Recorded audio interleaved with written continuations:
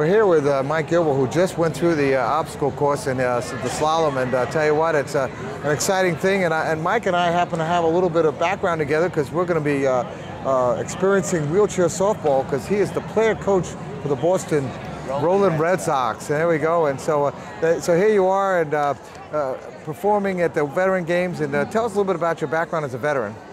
Well, as a veteran, I'm kind of a Cold War veteran.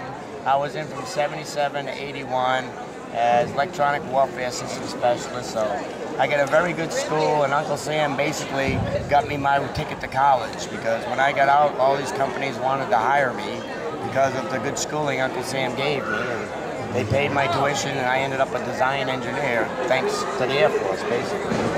And I also tested into the Air Force Academy because I wanted to fly jets, but I flunked my flight physical due to vision, so I never did get to fly. So now you're flying these low-flying chairs, huh? Oh, yeah. And actually, I fly a monoski, too. That one I can take off, too.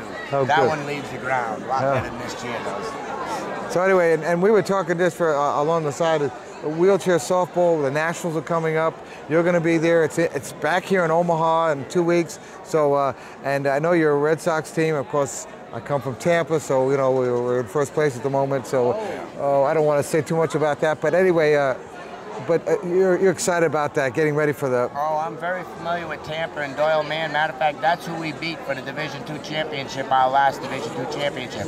We actually went into Division I last year, but Tampa, I've been watching on your network. Yeah. Some of the games I've been scouting, and they've come a long way. They're going to give us a challenge this year, I have no doubt. All right. So anyway, let's go and talk a little bit about, and Peter, who's our expert on all this, and happens to be a good friend of yours, from what I understand, knowing you for quite a while. I met Peter when he was a new injury. I also do some peer mentoring at the VA, and I met Peter when he was first hurt. And actually, I was a sports director for our PBA at the time, and without his knowledge, I kind of signed him up for this event. I don't know what he thinks about that. That's right. I had no idea that I was competing in the slalom until I arrived five years ago. And that did more to build my confidence than I think anything else that I've ever done since. So I really have to thank you for that. But for this course, what do you think was the hardest obstacle? Well, the mattress is always tough, but for me, I had a heck of a time with the gun. Just because my hands, I had tough time loading. And I'm kind of an upside down quad, and I'm very good and strong, and I got a lot of leg strength, but my hands is pretty bad, and that gun gave me a hard time. Then I dropped the pellet out, so I had to reload it and restart all over again, so my time got beat up by the shooting. The rope was tough, too. The rope's tough, and other than the gun, you ran a pretty clean course. I was pretty impressed. Yeah, well, I try to practice, you know, and I get out and do a lot of kayaking and fishing and other things where I'm running up and down hills and mud and stuff, so everyday life is very good. As a matter of fact, when I put you in that slalom, I talked to you at a pizza party. He said, hey, would you be interested in doing this? And you said, yeah, and I was like, thank God, because I had already signed him up, you know. But after he had won his silver in the slalom that day, we decided to go out and go downtown in St. Louis through the cobblestones and stuff. And he was like, oh boy, that slalom's good training for this stuff, because had he not had the slalom, we might have been falling down in the streets of St. Louis. Well, that's the whole point of the course, is the confidence that it builds to handle everyday challenges. Yep, that's it. You know, all this stuff, you know, you see people doing wheelies, it's not showing off. In Boston, there's places, if you can't find a curb cut, you might have to go a mile or two around. So you learn to go up and down curbs because, you know, it's not showing off, it's just lazy. Why do I push 2 miles when I can get right up that curb in 10 feet, you know? That's great. Good point.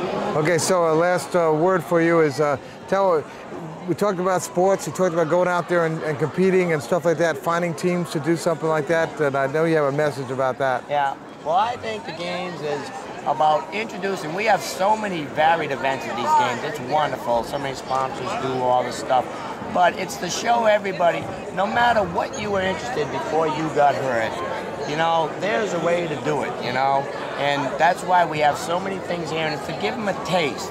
So you can go home and say, is there a quad rugby team or a softball team or a power soccer team in my area that I can continue? because then you can go play at a national level, you know, and you don't just play once a year at games like this.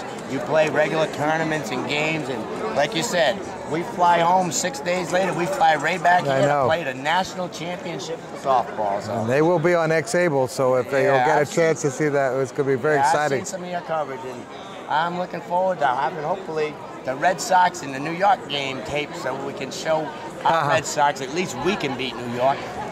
Oh, good. Well, anyway, it was a pleasure to have you on and talking with you. A great run you did there, and good luck for the rest of the games, and thank you for joining us on X-Able. Thank you for having us, and thank you for being here. It's very nice to get some awareness out there that these things exist, because people always ask about them, and are they ever televised, and we say no, and now I can say, yeah, I sent them a link to X-Able. You check this out. All right.